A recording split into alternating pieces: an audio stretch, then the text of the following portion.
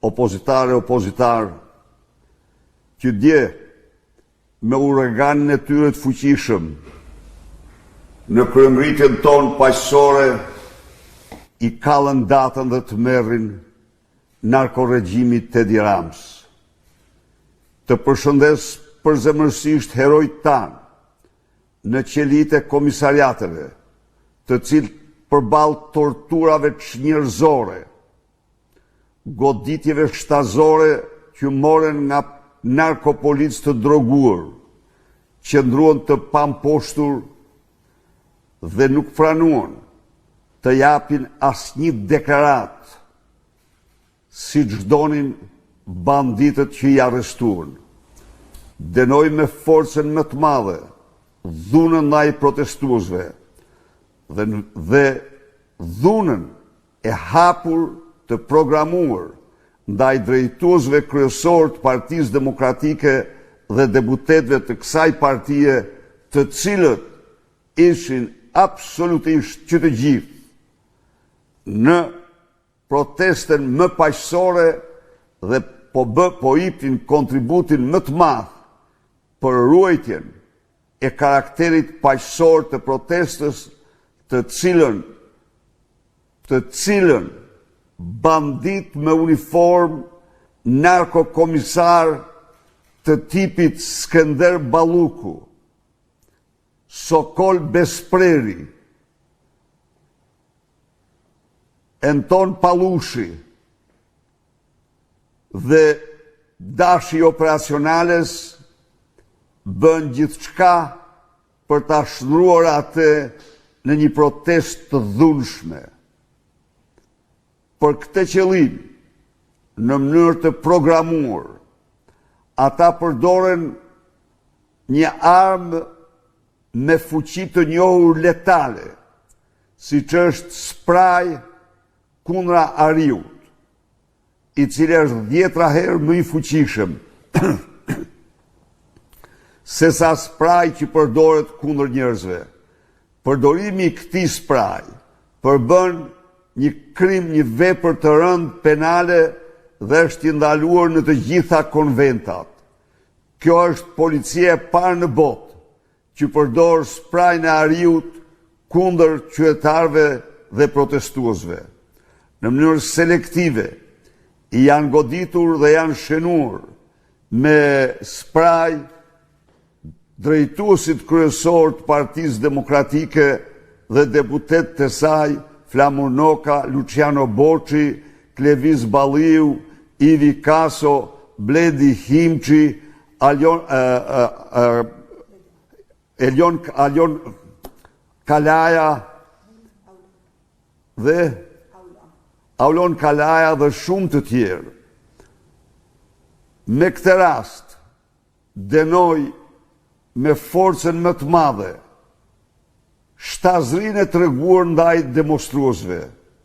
Dënoi torturat e ushtruara ndaj tyre në komisariat. Edhe sot në komisariat ka demonstrues të torturuar me shenja të hapta torture.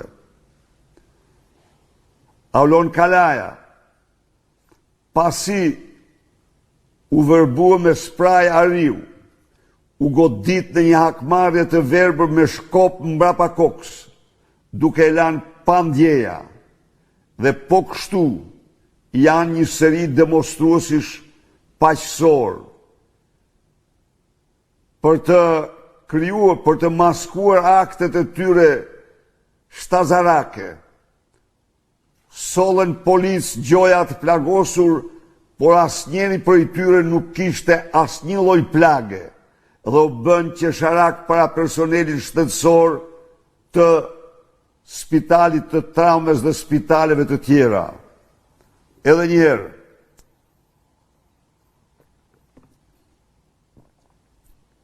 shpreh nderimin tim më të madh për protestuesit trima dhe guximtar, të cilët me qëndresën guximin e tyre i thanë dje Edi Rams se çështjen Balluku, që është çështja Rama, vërtet i mbyllë dyert prokurorisë i mbyllë dyrë gjykatës, por çështën s'do mund ta mbyllish kurrë. Sa të ketë Shqipëria opozit, gjerë ditën e fundit të ndëshkimit tuaj. Të dashur miq, sot Partia Demokratike është forca politike vetëm në rrugë, qendron e fuqishme përballë dhunës terrorit policor, qendron e fuqishme përballë mafjes shtetore më të rrezikshme në Europë, qendron e fuqishme përballë mafjes së fjalës së lirë që shpif trillon nga mëngjesi gjerëndark dhe manipulon kundër opozitës fuqishme shqiptare. Por ne vazhdojmë të palkundër këtë betejë. Vazhdojmë kryengritjen tonë paqësore në kilometrin tonë të fundit, gjerë në triumfin e plot tonin. Edhe njëherë, për ata që abuzojnë me kilometrin e fundit, u them prap, në qoftë se bëni nga padia, kjo është normale, por qoftë se bëni nga keqdashja. Kilometri i fundit për Partinë Demokratike do të thotë se kjo parti kaloi betejë të cilat ngrihen në kufit e legjendës. Në kilometrat e mëparshme, në përpjekjen për azgjësimin e saj, dështuan ata që donin të azgjësonin. Në kilometrat e mëparshme, në përpjekjen për ta shtruar atë në fasadë opozit, apo për ta unifikuar me qeverinë, dështuan ata që tentuan këtë gjë. Në kilometrat e mëparshme, ata të cilët vazhduan përpjekjet për azgjësim duke i marrur flamurin dhe logon dhe vulën, dështuan përsëri. Në kilometrat e mëparshme, ata të cilët arritën përkohësisht ta përçajnë përsëri dështuan sepse ajo është e bashkuar. Në kilometrat e mëparshme, kjo opozit bëri gjithçka për të faktuar botës se Shqipëria është narkoshtet dhe se zgjedhjet në Shqipëri janë një farsë elektorale. Sot janë 7 rezoluta ndërkombëtare që pohojnë plotësisht deklarimet tona.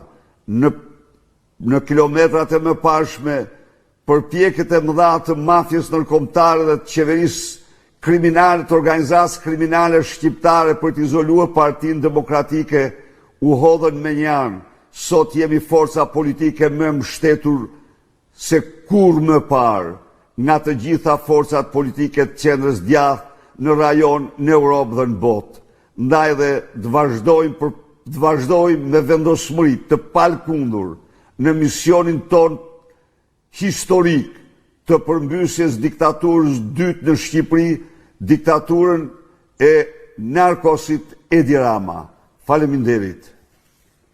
Doktor, sot janë 11 persona në burg për protestën e djeshme dhe 15 të tjerë në hetim. Apo ja arrin qëllimit protesta dhe çdo të bëj Partia Demokratike për të mbrojtur njerëzit e saj nga manipulimet e Ramallarit. Faleminderit. Lavdrim Nela. Faleminderit për pyetjen. Kam djeli të plot. Gjerën ora 3 dhe 4 të mëngjesit, deputetit dhe avoketit tanë kanë qenë komisariatet e policisë dhe janë marrë me secilin rast dhe po ndjekim. Ne ndjekim të gjithë guximtarët tanë të arrestuar nga policia pa asnjë fakt dhe krejtësisht për qëllime politike. Mendoj se protesta jonë është jetike dhe vendimtare. I dashur mik, imagjino pak në qoftë se ne, opozitë kryesore e vendit, do rrinim duke vrapuar nga një studio në studio tjetër televizive kundër qeverisë. Sigurisht që kjo është një aspekt, por të garantoj që kjo nuk mund të jetë aspekti kryesor i opozitës, i vërmëtarisë opozitës. Veprimi është aspekti kryesor i kësaj opozite në një kohë kur Edi Rama i mbylli publikisht dyrt drejtësisë, atëherë çfarë duhet bë? Duhet çdo njeri që shton pyetjen vetes dhe i thot çfarë duhet bëj unë në këto rrethana? Duhet të hesht, firmos triumfin e të keqes Edi Ramës. Duhet protestoj, firmos mos pajtimin me këtë të keqe. Firmos qëndron në lartësinë e ndërgjegjes njerëzore që nuk pranon një gjë të tillë, idealeve tua, por dhe të guximit për të kundërvru këtij regjimi. Ndaj dhe besoj se protestat janë dëshmia më e fuqishme, më e rëndësishme e ekzistencës së një opozite të pavarur që nuk pajtohet, por janë gjithashtu një mision që synon largimin e Edi Ramës nga pushteti. Na thoni pak, ata të cilët shtrojnë këtë pyetje, të pyesin veten, çfarë duhet bërë tjetër përveç protestës? Në parlament ju e shifni, e kanë mbyll parlamentin. Ju e dini që pasi ka bllokuar hetimet e SPAK-ut, nuk lejon asnjë komision hetimor në parlament Edi Rama. Atëherë do pajtohemi, do ndjekim ne, ajo është detyrë e gazetarëve të ndershëm, të cilët e bëjnë, të cilët çdo natë një pjesë e tyre në studio përballen me mafjen më të rrezikshme, mafjen e fjalës lirë, me guxim. Por ne të tjerët, ne duhet përballim në rrugë, në sheshe, në protesta, dhe nuk duhet kur të lodhemi, nuk duhet kur të tërhiqim dhe të dekurajohemi nga mafja që mbron nga mëngjesi gjerëndark qeverinë. Nuk duhet bien viktime kësaj mafje. Do t'jap vetëm një shembull se çfarë është e aftë të bëj kjo. 2 ditë më parë, në Tiranë u dogj një pallat i famozit Armando Lilo, Benjaminit numër 1 të Edi Ramës dhe Erion Velis. Dhe tek pallati, fasada e pallatit digjej sikur të ishte kashte dhe jo betoni, zjarfikset nuk futeshin dot, sepse kjo ishte planimetria e firmosur nga Edi Rama aty. Çfarë ndodhi tjetër, i dashur mik? Studiot televizive të kontrolluara nga Edi Rama hapen emisionet televizive me djegjen e pallatit, por jo për përgjegjësinë e atij që ndërtoi me fasad kashte, për përgjegjësinë e atyre që me firmën e tyre zhduken çdo hapësirë për zjarfikset. Jo për ata, po për opozitën në mënyrën më të vështirosur, të turpshme, se opozita, thanë, nuk reagoi në një kohë kur ne kishim jo reaguar, po kishim mbi reaguar të paktën me 10 deklarata nga selia, nga rrjetet sociale, nga salla e parlamentit. Dhe tani duhej që të fshihej, të maskohej fakti që pallati u dogj se ishte fasad kashte. Të maskohej fakti se pallati u dogj sepse zjarfikset nuk penetronin. Dhe duhet dilte opozita se gjoja, po bashkëpunoj ka me Fatmir Xhafen, se ai është vllai, askush, është familjar i Fatmir Xhafës. Askush s'ka sulmuar Fatmir Xhafen gjerësot sa Sali Berisha.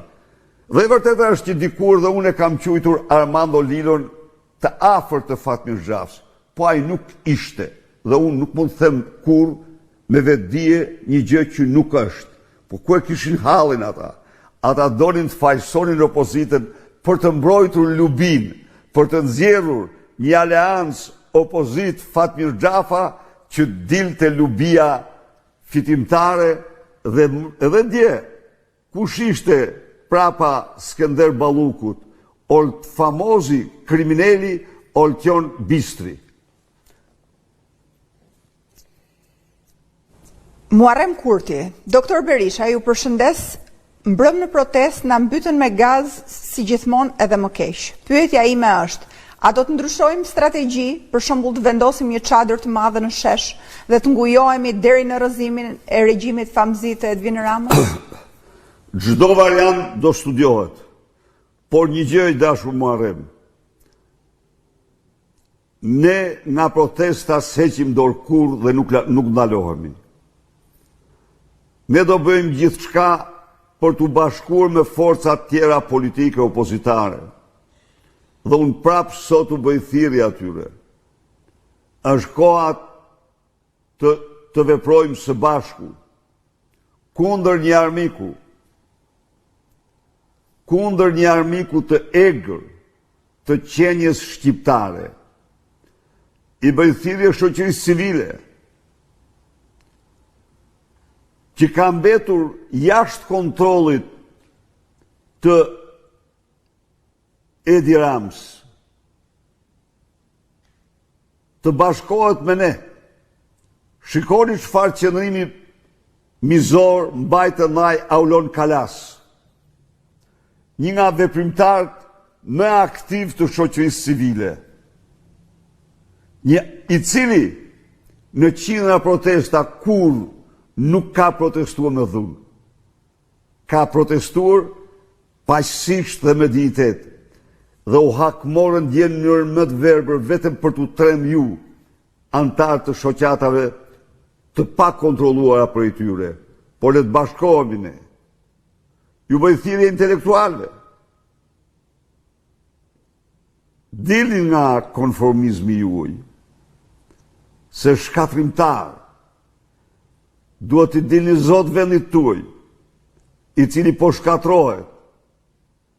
Në universitetet sot ju them unë, nuk keni lirinë akademike as atë liri që kemi patur ne në diktaturën më staliniste. Dhe këtë ja u them me fakte dhe vetëm me fakte. Ju bëj thirrje studentëve. Paguani sot në vendin më të varfër me prindrit me rrogat më të ulta, tarifat më të larta në Europë, përveç Britanisë Madhe dhe Mbretërisë Hollandës. Paguani tarifat 3-4 herë më të larta se austriak, gjermant dhe student në vendeve tjera. Mos pranoni këtë shfrytëzim që u bëhet, këtë përshmim që u bëhet, këtë kufizim që u bëhet ju. Sot po mbledhin si hiena firmat për kontrata, si në asnjë vend tjetër të Europës. Çka ju trajtojnë jo si qenjet lira, por u detyrojnë të firmosni kontrata se do shërbeni kaq vite. Përndryshe, u gjobisin me gjoba. Kjo nuk ndodh në një vend të Europës përveç në narkoshtetin e Edi Ramës. Pensionistët, ju bëj thirrje të bashkohen, të mos pranojmë të poshtrim dhe të nënshmim që u bën Edi Rama. 8 euro, 2 kile domate, bonus i pensioneve për në vit. A ka gjë më qesharake se kjo? Më thoni. Fermerëve, të dashur fermerë dhe fermere, fermat tuaja falimentojnë, sepse Edi Rama ka vendosur sistemin fiskal që i falimenton ato. Sepse fermerin Kosovë, në qoftë se qeveria njoftoi se në Tiranë ka përcaktuar 52 milion euro për fermerët, që më shumë se gjysmën i vjedhin zyrtarët, në Kosovë janë 200 milion euro të përcaktuar nga qeveria për fermerët. Dhe numri i fermerëve në Shqipëri është më i madh se në Kosovë. Atëherë, në qoftë se ju doni që fermat tuaja të prosperojnë, çfarë bëri qeveria ndaj jush tani? U hoqi dhe naftën pa aksis. Pra, në fakt, ju s'mbillni dot më tokën tuaj, sepse po e mbillt, po e mbollët, nuk nxirrni me mjete, me mekanizma, nuk nxirrni dot shpenzimet e mbjelljes. Është koha të ngrihemi të gjithë, të vazhdojmë këtë betejë kundër kësaj të keqje. Ne jemi të vendosur në rrugën tonë, në kryengritjen tonë paqësore. Nikol Ndresa. Thirrja ime është protesta pa fjalime, të bashkuar dhe të ngujuar para parlamentit, ditë e natë me deputetët, me popullin, të bllokohet hyrja në parlament, mos lejohet zhvillime seancash, veç në favorin e krimit, të bllokohet hyrja. Nikol, të falenderoj shumë për sugjerimin dhe kjo është një nga format më të shkëlqyera të protestave që ti sugjeron. Ju siguroj se në këtë betejë ne do konsiderojmë të gjitha format e protestave. Ndryshimi. Duhet me ndru skem, Berisha. Duhet me bloku jetën ekonomike, duhet grev me mjek, farmacist, arsimtar, shëndetësi, noter, avokat, te kategoria e shtresës mesme, aty duhet luftuar që t'i bëjmë bashk dhe të godasësh sistemin. Nëse nuk e bën këtë, tregon se nuk e ke seriozisht angazhimin tënd. Ajo që thoni ju është e domosdoshme.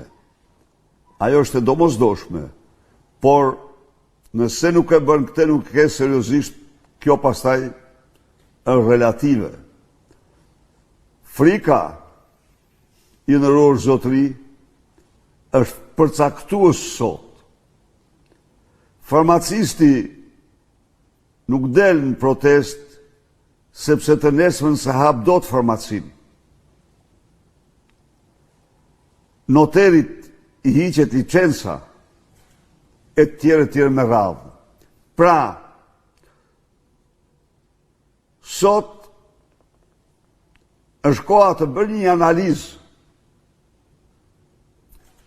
U bë një protestë e shoqërisë civile, e thirrur nga njerëz gazetarë të nderuar, pa interesa partjake. U bë për një nga çështjet më të mprefta që prek xhepat e çdo shqiptari. U bë për çmimin e naftës, kundër taksës mbi litrën e naftës që është më e larta në botë. Në qoftë se ka një gjë ku jemi kampion botror jemi në taksën në litrën e naftës. Kush doli? I dashur mik, 10 qytetarë. Jo sa ata nuk kanë problem naftën, por problem kanë frikën qytetarët. Ndaj dhe ne u bëjmë thirrje, por kjo nuk do thot që ne nuk do të punojmë shumë në atë drejtim.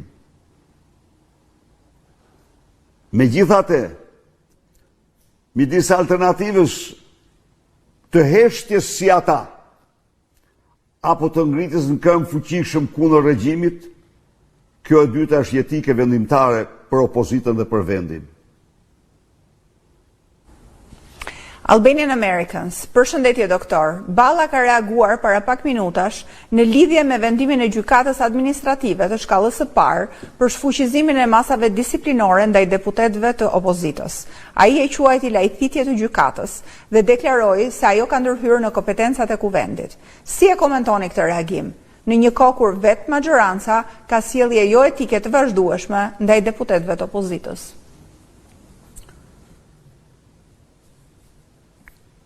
Do më lejoni dhe njëherë që rikujtoj se pas Edi Rams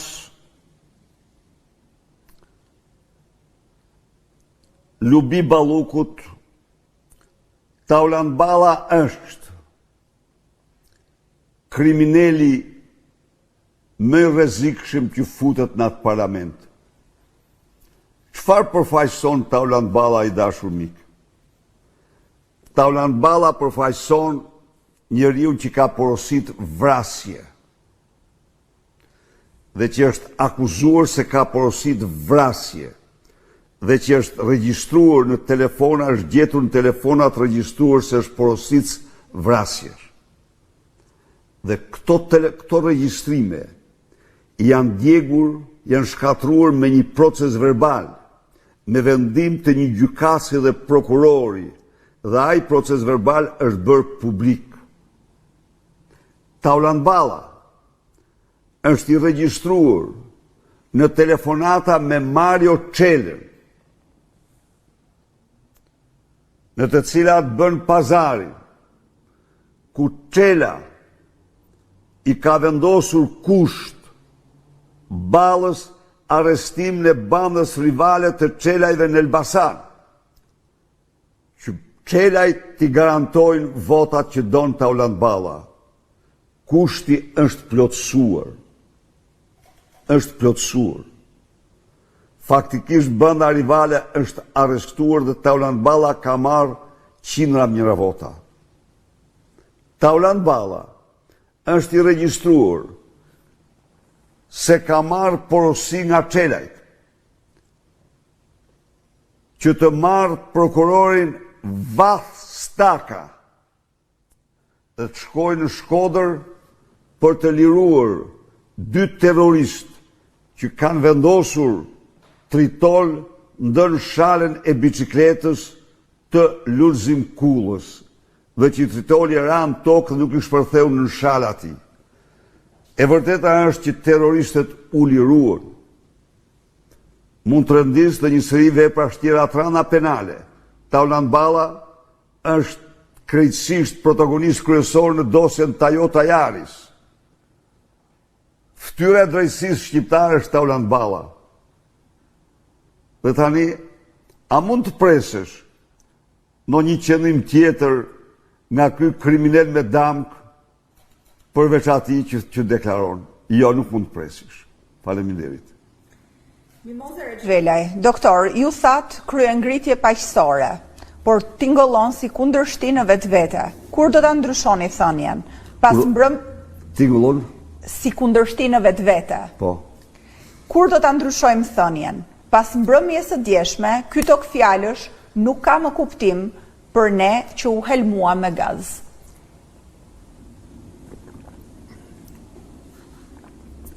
Mimoza, ne jemi parti demokratike. Ne kur nuk kemi synua dhe nuk synojmë pushtet me dhunë. Ndaj dhe ne vazhdojmë kryerjen paqësore gjën realizim në qëllimit tonë. Unë e kuptoj.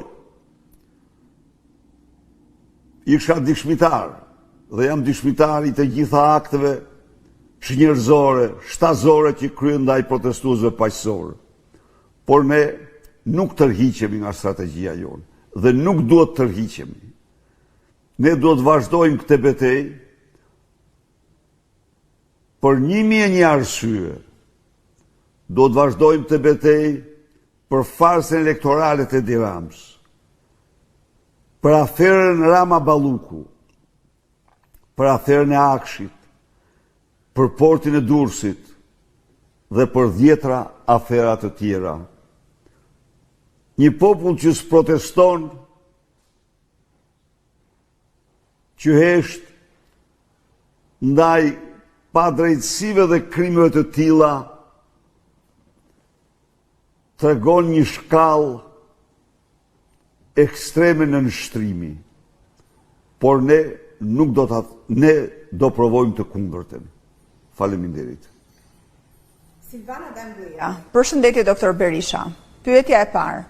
A do të bëni denoncim në prokurori për ata policë me uniformë dhe civil që kanë përdorur shumë gaz lotësielës ndaj protestuesve? Pyetja e dytë. Mbrëm, por jo vetëm, zoti Blushi, zoti Haxhinasto, zonja Xhixho u larguan nga protesta pas fjalimit tuaj në kohën kur hidhet ujë dhe gaz lotësielës. Ju duket e drejtë që ata në vend që t'jenë në krah të protestuesve dhe kolegëve deputet për t'i ardhur në ndihmë, ata largohen? I kam parë jo vetëm mbrëm, por edhe në protestat tjera. Faleminderit. Faleminderit për pyetjen. Mbrëm, siç theksova, janë përdor mjete të ndaluara me ligj kundër protestuesve. Parazitha është përdor spraj i ariut apo vërbues i ariut, i cili në disa rrethana ka pasoja vdekjeprurse, i cili i përdor tek njerëzit mund të shkaktojë ndalim të zemrës, për shkak të dhimbjeve të fuqishme që krijon. Kurse tek të smurt me bronshit azmatik dhe astëm mund të shkaktojë të njëjtin pasojë me bllokim të respiracionit. Mund të shkaktojë dëme të parikthyer në sy. Dhe mbrëm ajo është përdorur masivisht. Përveç kësaj, nga taracat janë hedhur drejt protestuesve shishe Molotov dhe janë të dokumentuara. Policë kriminal kanë hedhur kapsollat te kambët e protestuesve dhe janë plagosur protestuesit nga kapsollat e tyre. Janë hedhur bomba shurdhuese, bomba zhurme të fuqishme, të cilat edhe ato kanë plagos qytetar. Janë vërsulur me egërsi dhe me qëllim ndaj deputetëve të cilët absolutisht veçse ishin garant të kryengritjes paqësore.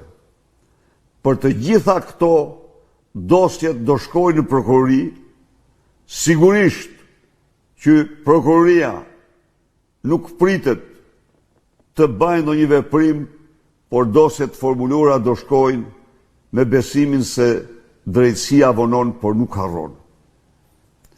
Për sa i përket deputetëve, mendoj se ata duhet të qëndrojnë në fund, nuk mund të them se kush ka ikë, kush s'ka ikë, por deputetët duhet të qëndrojnë gjerë në fund dhe ju e patë që dje në mënyrë selektive, në të plagosur, të dëmtuar, ishin një grup i gjerë deputetësh, ndaj të cilëve dhe drejtuesish, ndaj të cilëve u hodhën direkt spraj i ariut, u goditën me shkop dhe me mjetët tjera. Nesi Spaho, sipas një raportimi në media, kryetari i Bashkisë Gjirokastër dhe 18 punonjës të bashkisë, meshkuj dhe femra, rezultojnë me sëmundjen AIDS. Si e komentoni këtë situatë? Nesti, ky është një lajm mediash që kërkon verifikim, por në qoftë se kjo është e vërtet, ai që përhap sëmundjen me vetdije, ai është një kriminal që ndëshkohet nga ligji në Shqipëri dhe në çdo vend të botës.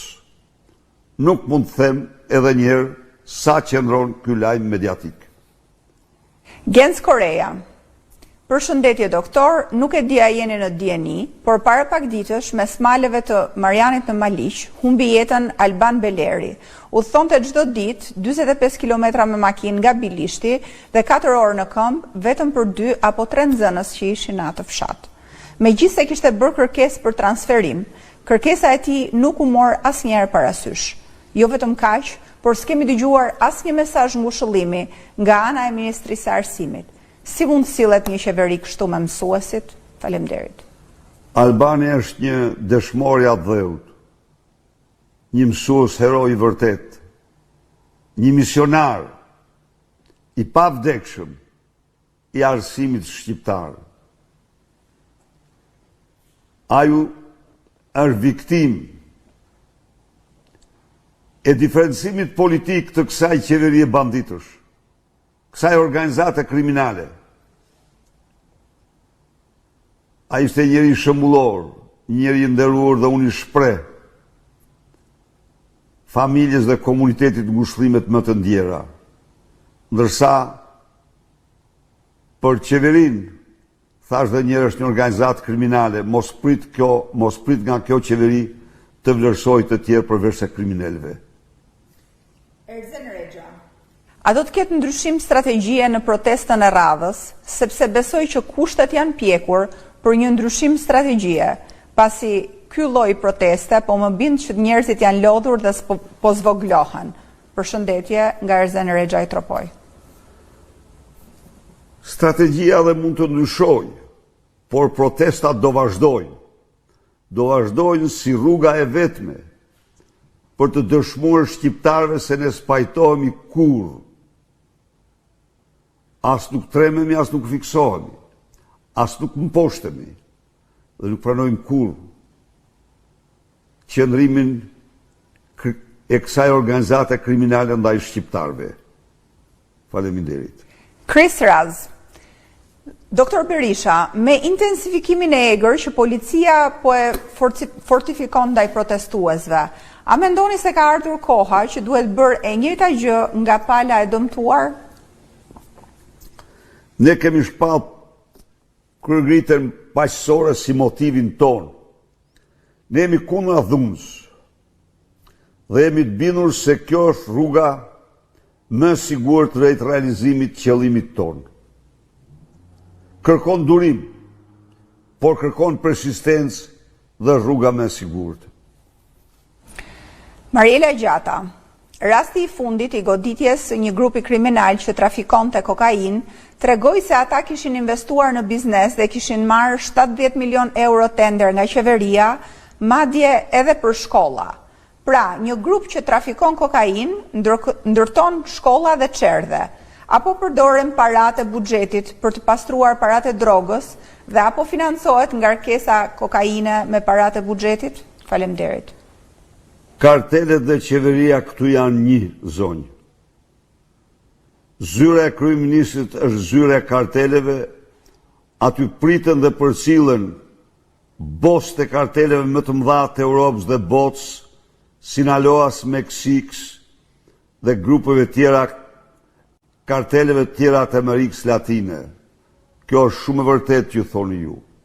Por ju e dini që Edi Rama kishte një koordinator për grupet për kartelet drogës dhe e ka përsëri Ergjys Agasin i cili thuhet se më shumë rrinë Surrel se sa në Gjavzotaj, por natyrisht beteja jonë nuk është pa fruta. Mendoni pak ku ishim kohë më parë, ku në mënyrë të verbë nga lobime korruptive Edi Rama mirë blinte deklarata njëra pas tjetrës që e lavdonin. Gradualisht Edi Rama do shtrohet në turp për të takuar me te. Dhe jam i sigurt se shqiptarët do realizojnë misionin e tyre, do përmbushin misionin e tyre. Tonin Ndreu, përshëndetje doktor Berisha, a mendoni se ka ardhur koha që deputetët opozitar të vendosin 50 karriket e kryeministria duke ulur dhe pritur qytetarët? Tonin, mendoj se deputetët opozitar po bëjnë të pamundurën për të përmbushur rolin e tyre, si në parlament, ashtu dhe në protesta, ashtu dhe në bazë. Të gjitha format e protest janë të mundshme, por duhet të ndjekim ato që kanë efekt më shumë.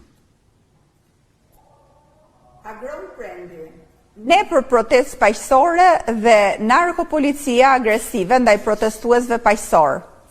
Deri kur zoti Berisha me këtë qëndrim, pasi dihet se kriminalët me uniformë dhe e kanë origjinën komuniste, o sot o kur përballja me të keqen? Përballja më eficiente dhe që u dhem më shumë, aty është përballja jonë paqësore. Ju garantoj për këtë. Do ndurim dhe persistencë, se qëndrimi ynë paqësor është forcë, është forcë. Forcë e madhe, të meron Edi Ramën. Ndaj dhe le të persistojmë ne gjën fitore.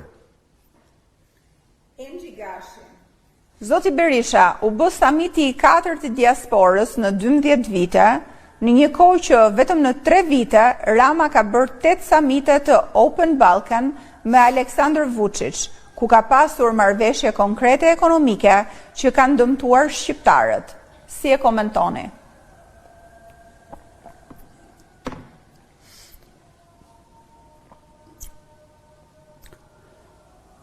Komenti im për kongresin për kuvendin e diasporës është bërë ditën që ai u mblodh. Edi Rama, historinë e këtij kombi, në vlerësimin tim, pas Enver Hoxhës, është armiku më i rrezikshëm i të gjitha kohrave. Edi Rama është faktuar gjatë këtyre viteve të pushtetit si paniçi, siç ka thënë Michael Martens, si kryeministri më i mirë i serbëve pas Paniçit për shërbimet që i ka bërë kombit serb në dëm të kombit shqiptar. Nuk mund të imagjinohet një dëm më i madh për një komb se sa në 10 vite të zhdukësh nga trojet e veta, të largosh nga trojet e veta 45% të këtij kombi, si Edi Rama. Nuk mund të bësh qëndrim me armiqësor ndaj një kombi se sa të izolosh, të vesh sankcione ndaj qeverisë Kosovës, të padisin në gjykatë kryeministrat e Kosovës në një rast unik në botë, se sa të bësh pazare me Vučićin me territorin e Kosovës. Pra,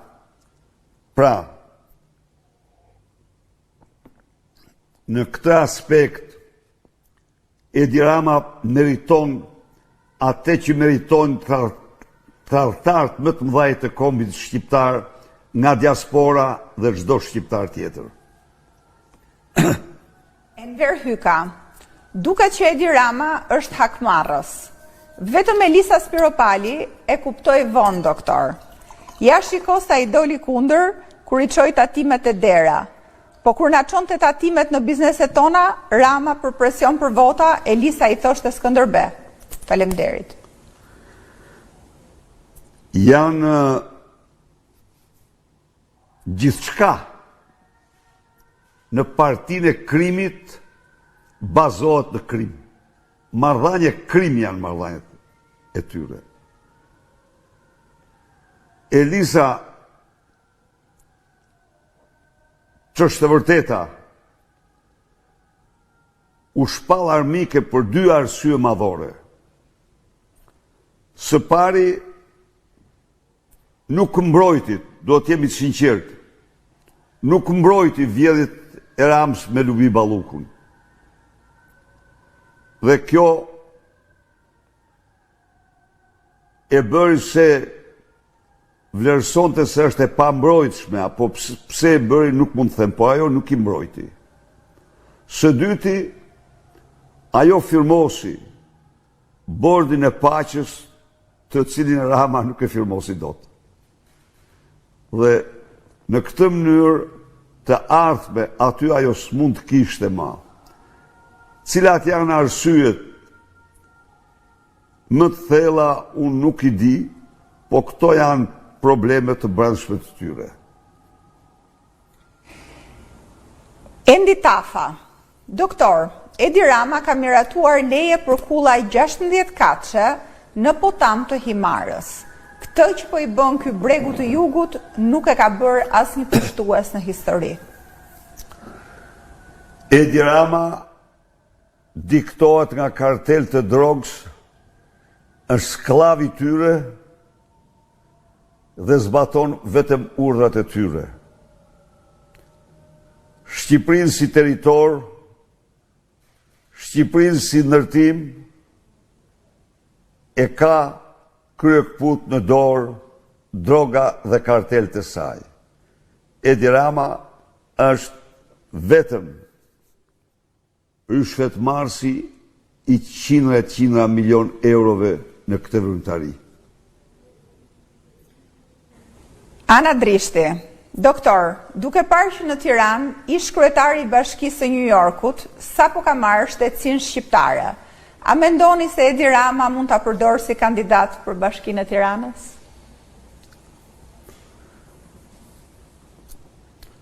Mendoj se